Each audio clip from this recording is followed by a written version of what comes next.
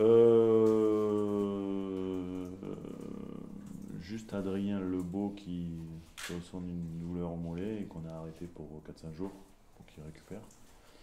Et pour pas qu'il se fasse plus mal parce qu'il voulait continuer à s'entraîner, mais comme on voyait qu'il était un peu en souffrance, on a préféré le mettre au repos pour que ça passe, quoi, tout simplement. Bradley Locaux s'est pas entraîné hier et aujourd'hui je l'ai pas aperçu. Ouais, il a pris. Il s'est pris une contusion un peu sur le coup de pied, donc c'est douloureux juste parce qu'il y a un peu d'hématome, des choses comme ça. Donc, il sera en entraînement demain, je pense.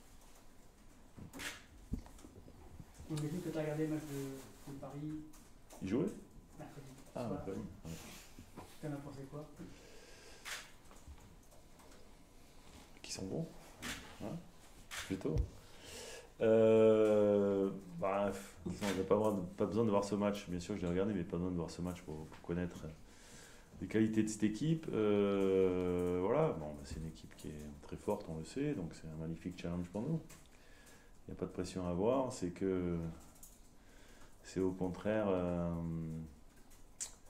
euh, beaucoup de chance de pouvoir préparer ce match et également pour les joueurs de pouvoir se confronter à ce qui c'est le meilleur chez nous.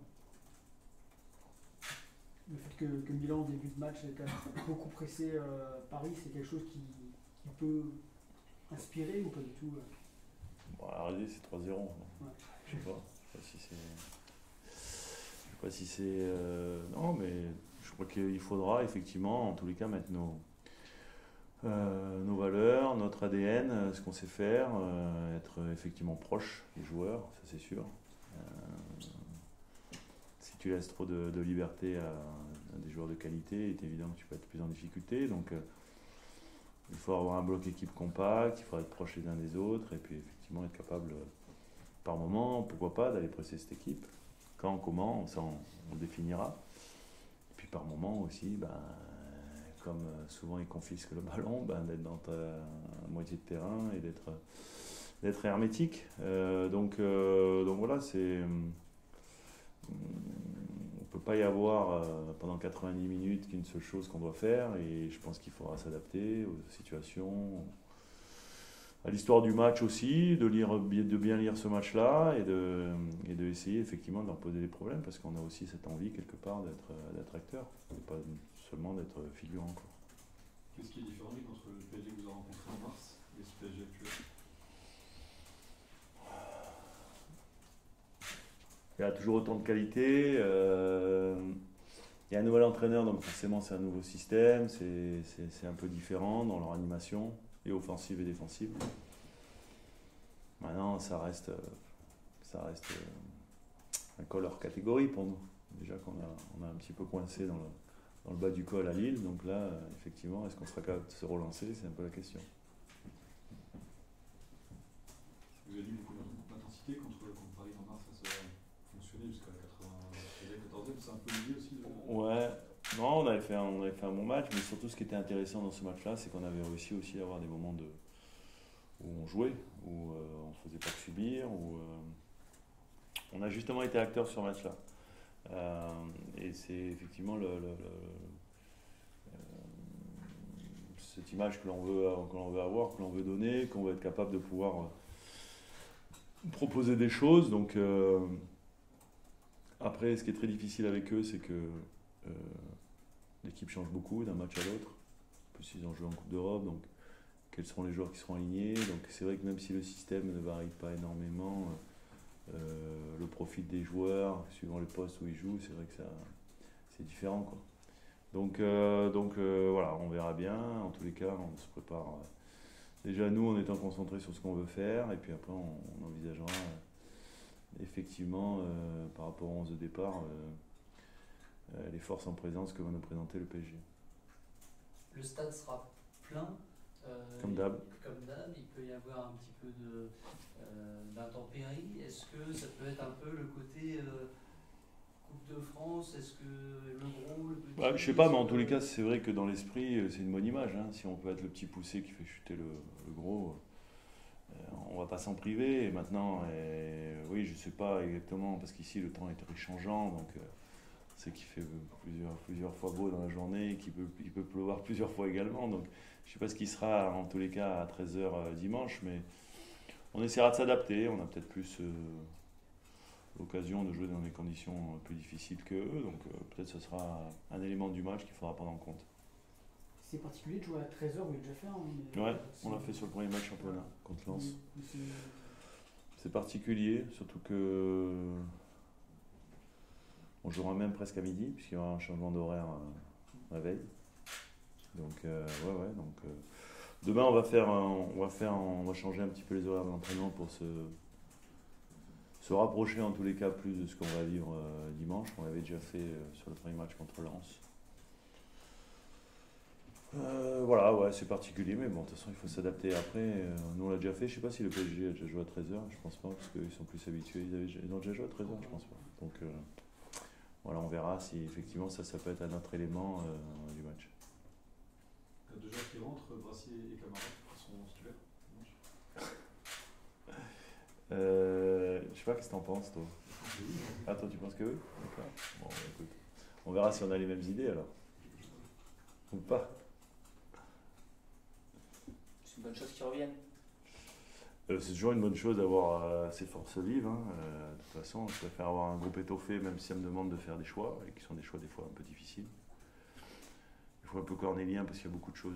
J'ai déjà dit, il y a beaucoup de joueurs qui mériteraient peut-être d'avoir eu plus de temps de jeu depuis le début de la saison. Après, les bons résultats ont fait que c'était aussi difficile de changer tout le temps et changer beaucoup. Donc ça va peut-être plus venir avec l'hiver, les cartons, tout ça. Donc la CAN aussi qui va venir. Donc voilà, donc forcément on va rentrer dans une période où il y aura peut-être un peu plus de turnover, un peu plus de changements, mais en tous les cas c'est mieux d'avoir effectivement tout le monde sous le pont. Comment tu choisis, notamment au milieu de terrain, tu as beaucoup de choses, hein, que Jonas Martin est remis à niveau physiquement, tu as 5-6 joueurs qui peuvent jouer pour 3 postes. C'est ça, après 7. Ah ouais, si on compte, si on compte Del Castillo, si on compte Mathias Pereira à l'âge, Camori, effectivement, et les 4 autres que tu as cités. Oui, effectivement, on a du monde. Alors après, il y a certains de ces joueurs qui peuvent jouer aussi dans les positions excentrées, offensivement. Comment on fait nos choix? On fait nos choix par rapport à ce qu'on a dans la semaine. Par rapport aussi à ce qu'on peut imaginer d'un scénario de match, ce qu'on va avoir besoin dans une deuxième partie de match, où j'ai beaucoup je compte beaucoup sur les finisseurs, moi, notamment. On sait qu'aujourd'hui, tu peux faire entrer 5 joueurs, donc ça veut dire que tu peux faire changer, tu changes la moitié de ton 11 de départ sur les joueurs de champ. Donc c'est vrai que j'intègre aussi le fait que j'ai besoin d'avoir des joueurs qui, à l'heure de jeu notamment, qui amènent à nouveau de l'énergie, la capacité aussi à apporter d'autres choses, d'autres qualités, peut-être un peu plus de maîtrise du ballon, parce qu'on sait que les matchs s'ouvrent souvent un peu plus. Si le match doit durer un peu, et il s'ouvre un peu plus sur la fin de match, donc on tape des fois un peu plus d'espace. Donc tout ça, ça entre en réflexion, ligne de compte. Voilà, il y a beaucoup de paramètres qu'on va prendre en compte pour essayer de faire notre 11. Mais comme je le dis, aujourd'hui, on prépare les matchs déjà à 22-23 dans la semaine. Après, on est 20 sur le groupe qui est déterminé. Et c'est vrai que tout le monde participe, quoi. C'est ça l'essentiel. Et il faut qu'on ait cette mentalité de pas... il faut se considérer tous comme des titulaires parce que tout le monde a la capacité d'avoir son rôle à jouer dans cette saison. Et c'est dans cet état d'esprit, en tous les cas, que je veux le club et l'équipe. Brest n'est pas intromu, ça fait un petit moment que vous êtes en Ligue 1, mais Ouais. est-ce que malgré tout, recevoir le PSG, ça reste, en termes d'événementiel, quelque chose de... Est-ce que c'est le match de l'année? Est-ce que vous avez eu plein de demandes de place? Est-ce que vous sentez les joueurs un petit peu plus... J'ai pas l'impression que pour nous ça change grand chose. Je sais pas si le club, j'ai pas parlé, bon je m'occupe pas trop du commercial parce que j'ai quand même pas mal de travail à côté de ça, donc je sais pas s'ils ont des demandes supplémentaires. Moi ce que je vois c'est que quand on joue contre, je sais pas, à Toulouse, le stade est plein, et quand on joue contre Paris, le stade est plein. Alors vous allez me dire, c'est parce que peut-être qu'on n'a pas un très grand stade non plus, mais en tous les cas, concernant l'atmosphère, ce qui va peut-être changer un petit peu, c'est que les Parisiens ne pourront pas se déplacer. On aura un stade qui sera 100% brestois. Rouge et blanc. Donc voilà, c'est aussi son petit élément en plus. Donc voilà, en tous les cas, j'espère qu'on sera à la hauteur des attentes de nos supporters. Et c'est vrai que voilà, en tant qu'entraîneur, on aimerait faire un match plein, faire un gros match, être capable de relever ce défi, mais il est évident qu'on sait que ça sera très compliqué.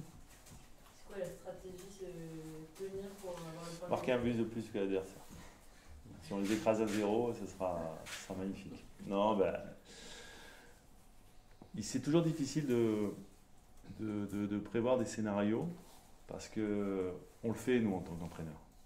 Mais c'est difficile de le partager avec ses joueurs parce que si vous leur dites ouais, il faut qu'on tienne jusqu'à la 60e et puis après on verra, puis tu prends un but au bout de 5 minutes, putain,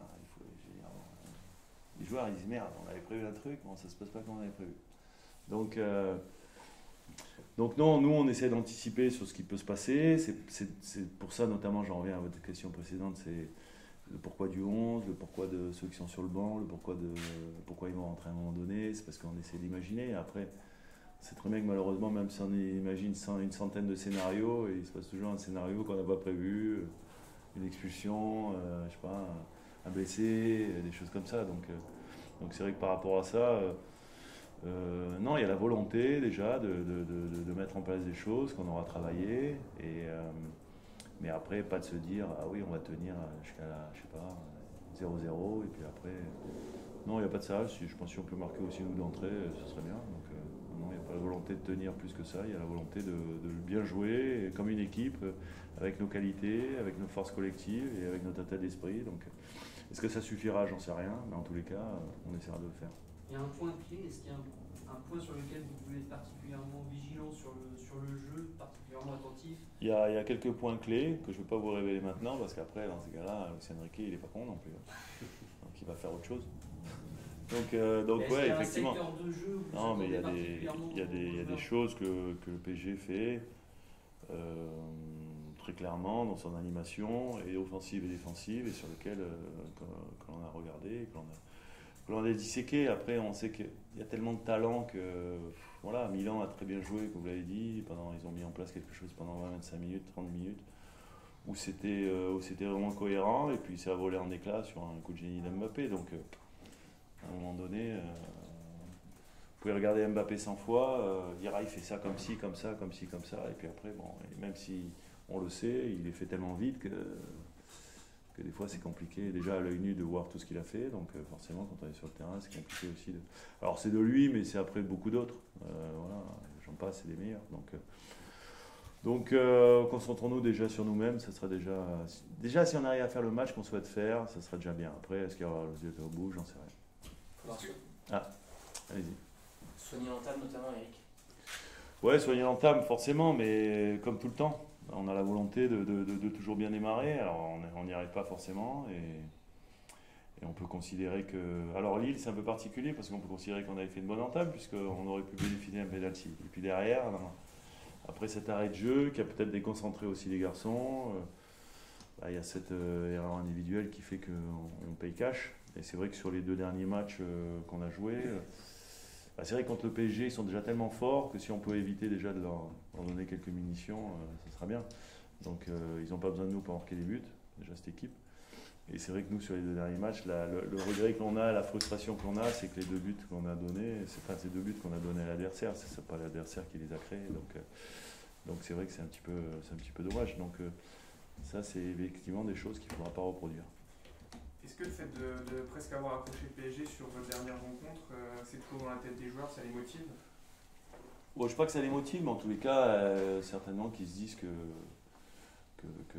c'est toujours possible. Hein. De toute façon, un match de foot, c'est ça qui est fantastique dans notre sport, c'est que tout peut se passer. C'est le sport où le favori gagne le moins souvent, et l'équipe la plus forte gagne le moins souvent. Donc, même si elle gagne plus souvent, forcément, mais moins souvent que dans notre sport. Donc voilà, on sait qu'il y a beaucoup plus d'incertitudes dans le football. Pourquoi? Parce qu'il y a moins de points marqués ou de buts marqués. Des fois, ça se joue sur des détails. Donc, tu peux avoir des scénarios de match à un moment donné un peu fous. Imaginons Mbappé qui rate 5-6 buts incroyables qu'il n'a jamais fait. Et que toi, donc tout peut se passer. Donc voilà, maintenant, en tous les cas, on table pas sur la chance ou sur le destin, on compte sur nous, et puis après on verra si on arrive à aligner les planètes. S'il y a un partout à la 95e, c'est quoi la consigne? Ah, je rentre. Ah, je rentre là, ouais, je rentre pour faire le 12e homme. Mais c'est vrai que, non, il n'y a pas de consigne par rapport à ça, on sait très bien ce qui s'est passé l'année dernière. Ça a été un petit moment d'inattention et après beaucoup de talent aussi de l'adversaire qui est sur une récupération en 2 passes, on met sur orbite. Et peut-être la même situation contre une autre équipe, on n'aurait pas pris ce but.